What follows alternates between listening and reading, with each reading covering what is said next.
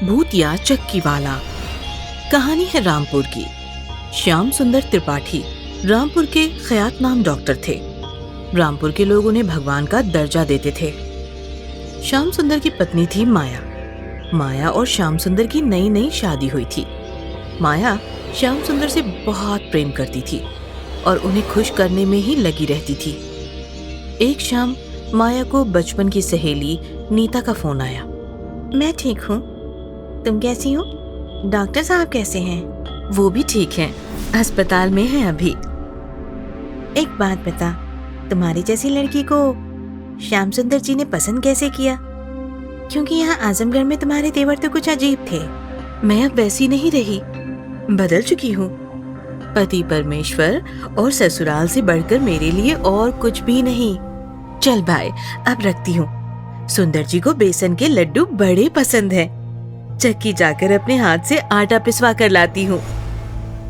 रात के 9:30 बजे चने की दाल लेकर माया अपने नौकर जगन के साथ कार में बैठकर चक्की की तरफ निकल गई। इधर चक्की वाला दामू चक्की में आटा पीस रहा था कि अचानक लाइट चली गई। हे भगवान, इसे क्या हो गया? अचानक अंधेरे में दामू एक परछाई देखकर जोर से चिल्लाया। अचानक लाइट आ गई और चक्की शुरू हो गई। लेकिन दामू का ध्यान चक्की पर नहीं था। उसका रवैया बदल चुका था। एक आत्मा ने उसे वश कर लिया था। माया की कार चक्की के सामने आते ही रुक गई। नौकर नीचे उतरा और चने की दाल लेकर अंदर आया। दामू दीवार की तरफ मुंह करके खड़ा था। और दामू, चने की दाल रख कर जा रहा हूँ। खुद मैम साहब आई है आज। मैं बीड़ी सुलगाने जा रहा हूँ, जल्दी से पिसवा देना, समझा? नौकर जगन निकल पड़ा। जैसे ही जगन निकला, दामू ने जगन की तरफ देखा तो दामू भयानक भूत बन चुका था। दामू नहीं बोला, आजमगढ़ का चक्की वाला बोला। दामू जोर जोर से हंसने लगा।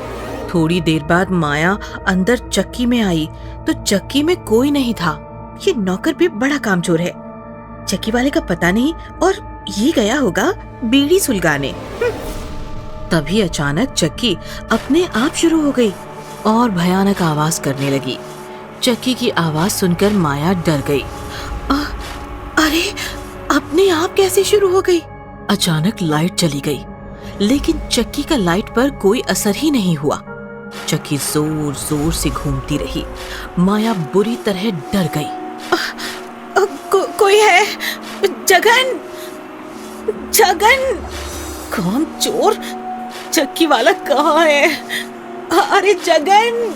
अंधेरे में माया चिल्लाती रही, लेकिन चक्की की आवाज में उसकी आवाज भी दब गई और नौकर जगन चक्की के बाहर आराम से बीड़ी खींचता रहा। अंधेरे में माया ने देखा कोई दीवार के पास खड़ा मुस्कुरा रहा है। माया समझी दामू खड़ा है। वो गुस्सा हो गई। दामू, ये सब क्या है? फिर से लाइट आई।